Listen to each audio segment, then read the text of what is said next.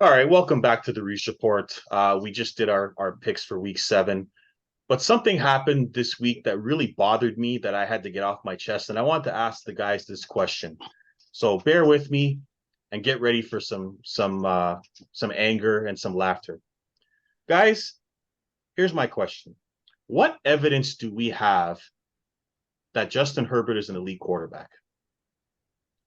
Now, I'm asking this because he never wins big games. He blows huge leads in the playoffs. He's 27 and 27 in his career. He has all the tools, but he's a 500 quarterback that never wins big games. And I'm telling you, the last couple of years I've been watching him closely. Once because I had him in fantasy, and this year because it seems that they're always on the TV playing a close game.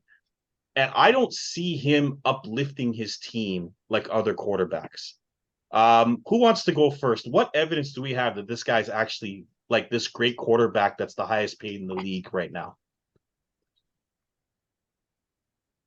Well, first of all, I think the stats speak for itself. I think his yards per passing and touchdowns and stuff like that, I think they speak for itself. I just think the team all around him, the defense, they need to fix up the defense and the play and the coaching. I think that's what's holding that team back is the coaching and the defense because the defense, yeah, you can put up 27 points, but if your defense can't stop anybody, you're going to get scored on as well, right? So I think it goes both ways. I don't think he deserves to be the highest paid quarterback in the league. I think there's quarterbacks better than him, but nowadays, like you're a good quarterback, you're going to be the highest paid quarterback. It's just as much as the salary cap goes up, it's same in any sports. So the players' salary are going to go up, right? Yeah. So but no, is he elite in your mind, Jose? Is he elite? Because I don't think he's an elite quarterback. I just don't see it. He's top 10 quarterbacks in the league. I'm not Right. saying he's not the best in the league, but he's top. I say top 7 quarterback in the league. I just think him around an all like a little bit of like say him in a San Francisco team or a team that has a good defense. That team would. I think he would be an MVP running all the time. I just don't think the defensively they're good enough team to win a lot of good games, these close games. That's the problem. Don't get me Is he wrong. better I than think Prescott? Is he better than yeah, Prescott? 100% he's better Yeah. than Prescott. Yeah, I can answer that Prescott's not even 100%. in the top 10, man. Like it just Okay. Okay. if you're a I got Cowboy okay. fan, yeah, you're gonna love your Dak Prescott, Okay. but it's okay. He can throw your 3 picks a game when it matters the most against a good teams and stuff like that. Mhm. Dude, what did he do against the Chargers? He didn't do anything great too either. Like he wasn't that No. That's like not the point I'm trying to make. But no. whenever I see this guy play, he never wins the game at the end. Like never. And it's like that's why he's 27 and 27. And it's like, why am I I not think, seeing this guy dude. with an elite arm and he's 6'6"? Like, why isn't he I making the big plays at the end of the game? I think it's a lot of the coaching too. I think it's a lot of the offensive coordinator and the head coach too. Like the plays that they're calling at the end, like it's questionable. Like even like the past games that last year when they were going for 4th and 1s and 4th and 5s and going for a 2-point conversion at the end of the game to win and stuff like that. Just why don't you just kick the field goal and go to overtime? So Yeah. it's a lot on him. Don't get me wrong; he is the quarterback. That's the most important position in football. But a lot of it's on the decisions of the coaches and the coach and the plays that they're calling and stuff for him too, right? Yeah, So he has the weapons. It's not like he doesn't have no, weapons. I mean, absolutely. Barbosa, what do you think of this question? Yeah. He's a great quarterback. You think he's Uh, great? Wow. Okay. 103 touchdowns, 37 interceptions. Mhm. And his QB rating is 96.7 career. It's his career. How do you So explain the that's a choke pretty job against Jacksonville last year? How do you explain it? listen. The defense, the But defense. they scored They were 0 up points in the 27 second nothing. half. Okay, listen, they were I up 27 nothing. How does They he were up not win that 27 game? nothing. I know, but It's how does he called not score a point in the Reese. It's second half, terrible dude? coaching. Okay, I Terrible agree that. I coaching. agree it's terrible coaching. I agree. Their coach is terrible. And He like is. Jose said, He is. their defense is not the greatest defense. Their head coach is holding back that team. That's who's Okay. holding back that team, and that's who's holding back Justin So Herbert. none of it's on Herbert. Why is the guy go toe to toe with Patrick Mahomes? He goes Yeah, toe to toe that's- with Patrick Mahomes. Yeah. He goes toe to toe with True. Joe Burrow, but yet his team ends up losing it. There's games They that he lose at the outplayed end all the time. Yeah. There's games that he outplayed Patrick Mahomes, and the Chiefs Yes. still won the game. How? Yep. How do you justify that? So Justin Herbert is a great quarterback. He's a great quarterback. It's all coaching to you. not coaching. Okay. It's garbage. Their head coach. He should have been fired last year. I don't know why they still. I kept him. agree. He should have been No, fired last year. He should have been fired. That's who's holding Justin Herbert's back, and that's why his record is 500. It's not anything else. I read you his stats. His stats are great. It's 103 touchdowns to 37 interceptions and a QBR rating of 96.7. That's pretty good. Okay, so why is it that they lose all the time at the end when they're down 3 or play calling? It's bad play calling. Okay. Bad play calling. But he never makes the throw, Barbosa, like ever. He never makes the throw. Like he has chances and he never makes the big throw. It's so frustrating to watch him sometimes. It's like, he's not going to make it. Like, what was that throw at the end of the game against Dallas? Is that the coach's fault that he throws a one-on-one? No, but he's getting. Like, what was that? Getting pressured. He's getting pressured, man. He was like Reese. Anybody's gonna throw that. How many times even Tom Brady has done those mistakes. Okay, but you guys watched that game, right? He missed Keenan Allen twice for touchdowns, and I'm talking wide open Keenan Allen. Like, and every quarterback has gone through that. Every quarterback has gone through that. Missing players that were open. Every quarterback has gone through it. To say like the Chargers should have won that game, and it was missed opportunities by Herbert more than it was the coach in that game. I don't know. Okay. If you watch that game, and Jose, I don't know if you watched the whole game. He missed Allen twice for touchdowns. Yeah, he did. Like easy. Like I'm talking wide open. Sometimes you overthrow the ball. Sometimes you underthrow the ball. Like, you know what I mean? Listen, like, it happens. Listen, like, it's the coaching that's holding back that team. I agree. The coaching's bad. I do agree. The coaching. Don't get me wrong. There's stuff on him too that he can improve a lot too, right? Yeah. Like, that's what I'm trying to say. Like, hey, Jose, but if you have a good head coach, look what a good head coach does for a quarterback. Just 100%. I'm not saying he does for a quarterback. Absolutely, and it plays to the strengths of the quarterback and stuff like that. But yeah, sometimes it's on him too. Like don't get me wrong. Don't get me wrong. It's like any other quarterback. You can say the same thing about Brett Favre. You can say the same thing about Aaron Rodgers. And they're great quarterbacks. He's top 5, maybe top 10 guaranteed. He's in the top 10 guaranteed. I think he's in the top 5 quarterbacks. Okay, so I don't know about 5, but I don't know. I don't know if he's a top 5 quarterback because tell me who's better. Okay, Mahomes, Josh Allen, Josh Allen, Joe Burrow, Lamar Jackson. Who? Lamar Jackson. You would take Lamar Jackson over Justin Herbert? 100%. Lamar Jackson could only run. Lamar Jackson can throw the ball. Trust me, he can throw the ball. You would put him in the top 4 quarterbacks in the league? Who, Lamar Jackson? Absolutely. He won an MVP. Yeah, I mean, why not? Are you kidding me? And then who else you got there? You got, like, if Rodgers was healthy, I would put Rodgers ahead of I understand. Rodgers is healthy. Now we're talking about right now. So that's 5 right there. Who else is going to be? Tell me who else is better than Justin Herbert. You just named 4. I named 5 already. No, you named 4. Herbert, not Herbert, Burrow. You said Burrow, Lamar, Josh Allen, Patrick Mahomes, Rodgers if he's healthy. That's Rodgers 5 not right healthy. There. Okay, you know who else is going to be? You know who else is better? Tua's better now. You still think Tua's better? Is Tua playing better than him right now? Yeah, yes, right now, 100%. 100%. Right now. So Tua's ahead of him, and Trevor Lawrence, the guy who came back on him last year, if he's not there, he's pretty damn close. Yeah, Trevor Lawrence makes more mistakes than Justin Herbert. Oh, okay, but who won? Who came back from 29-0 last year? On Herbert. Why? So why has it all on Justin Herbert? That defense was terrible. What I'm saying is it's too easy to just blame the coach and the defense. He's got to win close games.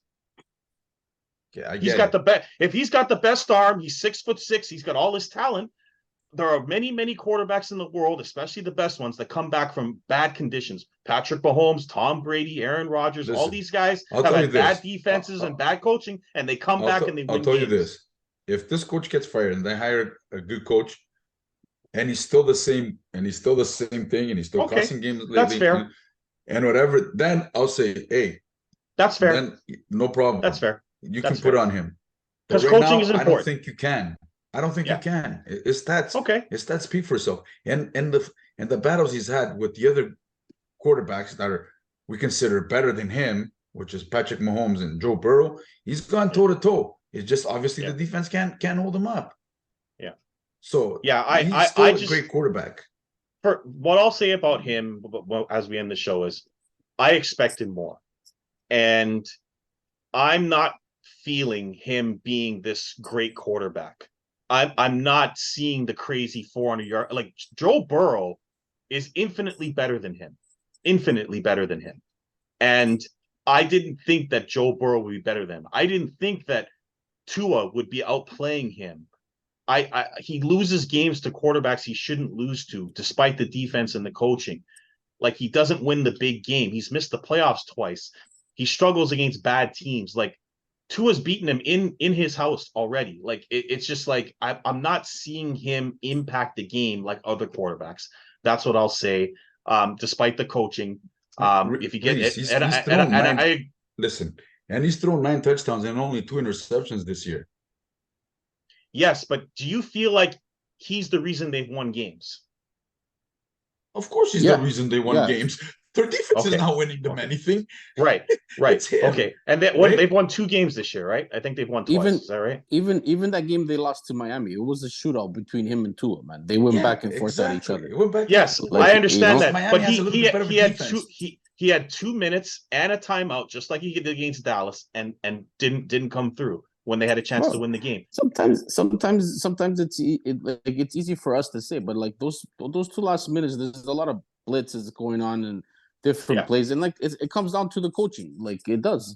It's like why couldn't they run the ball a little bit more, or why couldn't they especially do with this, Eckler? Exactly. Exactly right. Yeah. So it comes a lot to the play. I just don't think it's all on him. I don't think it's all on him. And I agree, it's not all on him. It's absolutely coaching. I mean, but to say he's not a great quarterback, no, man, he's a great quarterback. I understand his record.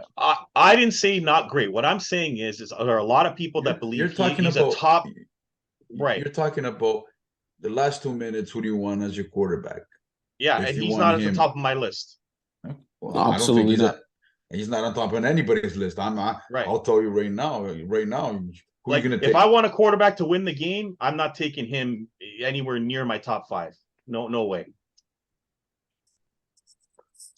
Hey, one more thing. Can I mention something? What's bothering me? Yes, absolutely. Yes. Okay. Listen.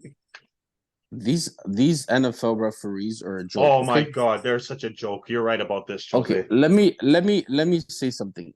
You guys have instant replay or booth reviews and stuff like that. Man, the hit that Gibson gave to Amari Cooper or whatever his name is, not illegal.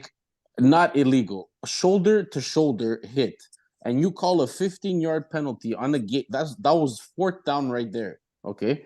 And we would have got the ball back and we would be winning the game. We wouldn't even need to go in the last minute drive. And then the pass interference on Ward. Are you kidding me? Well, please, man, please. The NFL, like these legal hits and stuff like that, review them.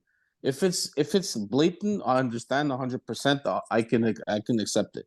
But when it's shoulder to shoulder and you guys don't even go check it out, and then it's the last 2 minutes of the game where it's a close play. It's like it's close to the end of the game. Please review it. Like it causes people to lose money in betting. It causes teams to lose games. It causes a lot of things, man. And so NFL, if you're listening to the show, but you better be listening to the show because we got one of the best picks out there right here. Like fucking. I should be on ESPN. Never mind the freaking Van Peltz and all these guys. That's right. Steve Young's. Never mind. Just review these calls, man, because it's causing a lot of teams. Even like some pass interference at the end of games, holdings and stuff like that. Dude, like, come on, referees, man. I think they should get punished a little bit more too. Like, get fined for making stupid calls and stuff, and because the teams are losing the game, like losing games because of that. So that's what bothers me too. Apparently, they get they won't see playoff games if they were. I want to add one before you go, Barbosa. I want to add one more from that game. That was a fumble. Okay, that was a fumble. When Also, PJ Walker got sacked or whatever, and he's going down and he flips the ball. Before he even flips the ball's out of his hands. That's a fumble, you idiot refs. That's another play that cost us points. Barbosa, go ahead. Listen, man, Vegas controls the NFL. What's wrong with you guys, man? Jesus Christ. Look, all this week you got the 49ers losing. Yeah, the Eagles losing. And these were and these were and these were, I believe, 6-point or 7-point spreads, if I'm not mistaken. There were quite a bit of spreads on both of these games. Yeah. So, but believe you me, man, Vegas controls, guys. I'm not gonna go as far as saying the NFL is fixed, but Well, home teams typically get favorable calls. That's if you look at the data, that's why home teams are typically -3 better. before the game even starts, Yeah. right? Then the line gets adjusted based on the teams that are playing. But if you know Vegas, the home team automatically gets 3 points. And so if you see the road teams favorite by 6.5, or in San Francisco State's 9.5, they're really a 12.5-point favorite. But home teams typically will get calls and will have an advantage because of the crowd, and therefore home dogs are a good bet. And if you bet home dogs last week, you probably made money because the Jets and Browns won outright. And so that's a lesson that I'll have to learn next time, even if it's PJ Walker for the frickin' Browns with backup running backs. But when you get your 2 best players knocked out of the game, a result like that can happen. Yeah. And when your kicker's missing field goals because it's a driving rainstorm, and like I told people who hate Trey Lance, wait till Purdy plays in the rain. And what happened when he played in the rain? He looked like Trey Lance. So people need to relax on that, okay? All right, well, that was our bonus show. Barbosa, you have something to add before we go? No, I was just gonna say, in regards to Brock Purdy, listen, you needed one of those. Get that out of the way already. You needed one of those bad games. He hasn't had a bad game, so you needed one of those. That's gonna be chalked away. You'll bounce back next week. Yeah, I mean the throw to Ayuk at 7-0, where if he catches the ball, it's 14-0 and the game's over, was a big drop. There were a lot of turning points in that game that caused that game to go the way it went. I'm not worried about it at all. When you play in the rain, it's a different story. And that's why I was trying to give Lance a pass, and that'll do the same thing for Purdy. He gets a pass. It's tough to play in the dog pound with that rain pouring down and that crowd going crazy. And that defense is number 1 in almost every category in the league right now. That defense Thank is God. deadly, I just picked them up in fantasy, and boy, Barbosa, your Colts are in trouble. I know. So, even if they win the game, it'll be like 9-6 or something in that game. Take the under. Game, man. thing. If I had Richardson, maybe Yeah. you have a couple of threats to run the ball, but with Minshew, they'll get to him, man. They're gonna get to him. I know. Just remember, it's PJ Walker for them too. It's not like they have all these weapons either. no, I think still, Deshaun might play. I think Deshaun might be questionable. Yeah, but still. Yeah, if Deshaun plays, a different story. But with a bad shoulder, I knew he wasn't going to play against San Fran. That was just, that was a death wish. So, all right, we'll see what happens. I just wanted to get that off my chest. I was not impressed with Justin Herbert playing against the Cowboys. A lot of opportunities missed, a game that they should have won and did not win. And it's been the story of my season picking these picks. Every single 3-point spread or close game I have lost this season. And it's getting really frustrating watching these games happen. So, thankfully, though, I was 2-0 on my over-unders, so it was a good week anyway. And the Bills came back for me, so it wasn't bad. It wasn't bad. Take the over in the Miami Dolphins game with Philadelphia this week. I like the Jags on Thursday night, and I think that the Bills will hammer New England, but it's a road game, so I wouldn't put too much on that. I'll probably have more after, but those are my lucks for the week. So that's our show. And that was our bonus show for this week. I'd like to thank Jose and Tony for hanging around and letting me get that off my chest. We'll see if Justin Herbert's going to have a new coach next year, and then we'll see if he gets unlocked. But he's got to go. That coach shouldn't be there. So I will give Herbert a pass, but I need to see more, Justin. I need to see more. But that's our show for this week. We'll see you next time on the Reach Report. I'm the mouth of North Andrew East. That's Jose Carlos Gomez and Tony Barbosa. Please subscribe, like, and comment. Plenty of great stuff coming up. The Raptors open up next week, Wednesday. Lots of shows coming. So I look forward to seeing you all then. Good night for now.